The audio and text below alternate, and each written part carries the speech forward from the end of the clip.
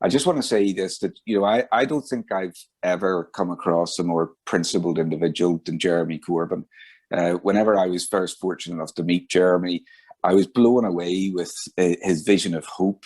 I was particularly taken, and Libby's comments are superb in respect of the fact that this is stopping us fighting for the most vulnerable in society. But I was particularly taken with the way Jeremy talked about the homelessness in regard to the loss of hope, the loss of opportunity for people, the waste of lives in regard to it. And it really made a connection with me. And then whenever Jeremy became leader, to see him stand on picket lines with our members and struggle, to see the way he talked for young people, to see his vision in respect of a fair society where there were not homelessness, where we welcomed refugees and welcomed migrants, talking about equality in society, talking about opportunity in the 2017 manifesto. And it just inspired all of us with hope.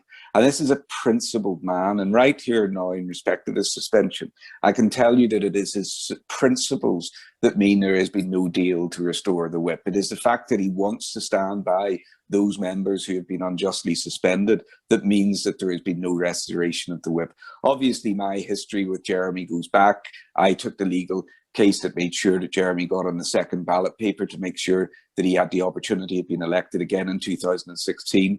And obviously we pushed legal action in respect of looking to expose the fact that Keir Starmer had reached an agreement with none other than my General Secretary, Len McCluskey, in respect of the restoration of the membership to Jeremy, and as a consequence, the restoration of the whip. And let's all of us remember right here and now that this is a man who was labelled with every single act of racism on behalf of any individual in society. This is a man who laid down his colours, that he was fighting against racism all of his life, fighting for justice, fighting on the side of truth. And how did the press label him? As a racist, as a man who could not be believed, as a spy. And then finally, on the day of the last election, would you trust this man with your children? Absolutely disgraceful. The bravest of people. And what did he say about the EHRC report? He said what had to be said.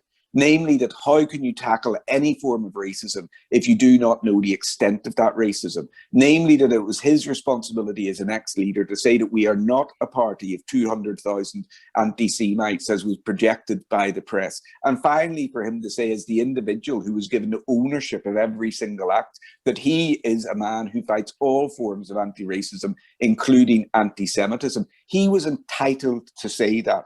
And the suspension of him was unjust. It was upheld as being unjust by the NEC, a panel, by the way, that was not a left-leaning panel. It was a panel where the majority was right-leaning in respect of upholding his entitlement to have his membership restored. And then suddenly, in a fit of pique, the whip was withdrawn from him. And that fit of pique has divided our party to the extent now that no one of any right mind wants Keir Starmer to continue. It has divided our party to the extent that we can't fight for the fights that Libby wants to fight. But who's out there right now fighting for them? Jeremy Corbyn. Justice and peace, peace and justice, out there fighting for a better society. And that's what I take from this, Crispin. What I would say to everybody in this Zoom in respect of it, and I'm suspended by the Labour Party at the moment, obviously for reasons intended to interfere in the General Secretary election. And Keir Starmer is obviously looking at this, deciding what his own future is. Well, what I would like to say to everybody is the principles of Jeremy Corbyn, the path of travel that Jeremy took us on, the fight against inequality, the fight for the most vulnerable in the society, the belief in a better future, the belief in a better tomorrow than yesterday, giving hope to young people, ending the inequalities in workplace, being a voice for those who are discriminated in communities, being a voice for the disabled, being a voice for refugees, being a voice for the homeless.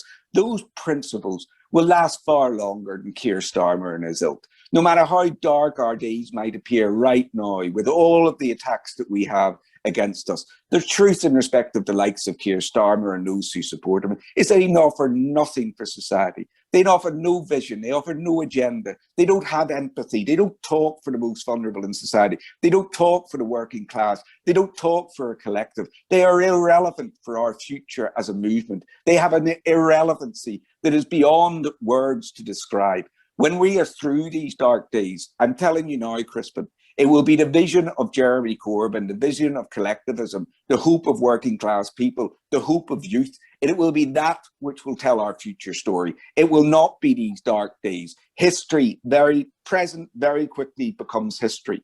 And the likes of Keir Starmer will very quickly become history, and we can get back on our path of truth and justice and building a better society. And it will be the vision of Jeremy Corbyn, and it will be his bravery that will give us the confidence to take that journey and make sure that we continue to talk for the most vulnerable in society, and make sure that together, collectively, we build that better tomorrow than yesterday.